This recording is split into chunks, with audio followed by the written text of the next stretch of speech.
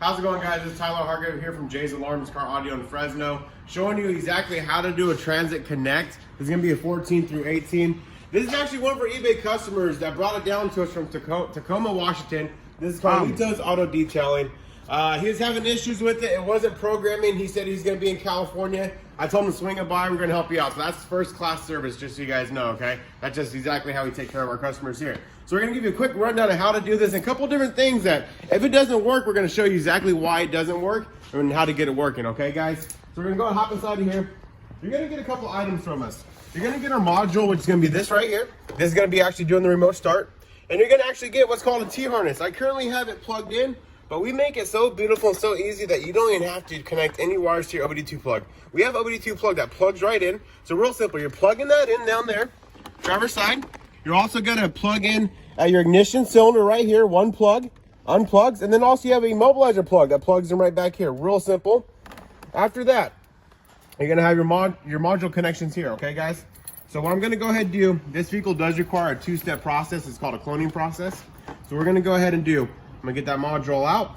We're going to show you exactly how it works. So you're going to plug in that black plug this side, plug in the blue, and then one of the important steps on the vehicle, if it's not working for whatever reason, all the doors have to be closed. So doors, trunk, hood, sliders, everything needs to be closed, okay? So let's go ahead and get that closed right up. Once that is closed and you got that module in your hand, get your key. Turn to the on position, and it should turn red and then flashing green. Let's see here, red. Give it a second there. It's trying to find vehicle data. Flashing green. At that point, guys, turn your key right back off. Get your key in your hand. Unplug the black first, and then unplug the blue.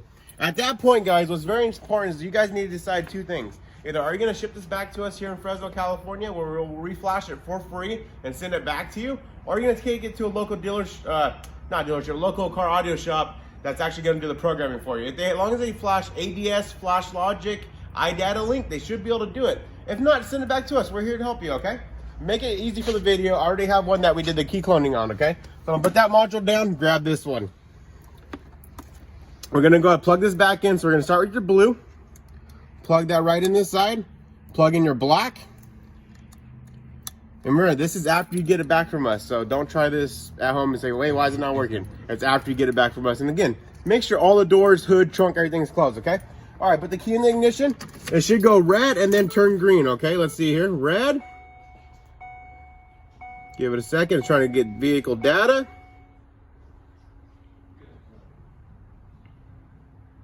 Turns green, that means it's done, okay? Take your key back out of the ignition. And also on this vehicle, Transit Connect, all doors, hood have to be closed in order for you to do remote start. So let's try that remote start, guys. We got lock, lock, lock. It's gonna start right up, give it a couple seconds. Ignition wakes up, dash lights are on, and is now running, guys. It's gonna continue to run for about 15 minutes. After 15 minutes, it will turn off.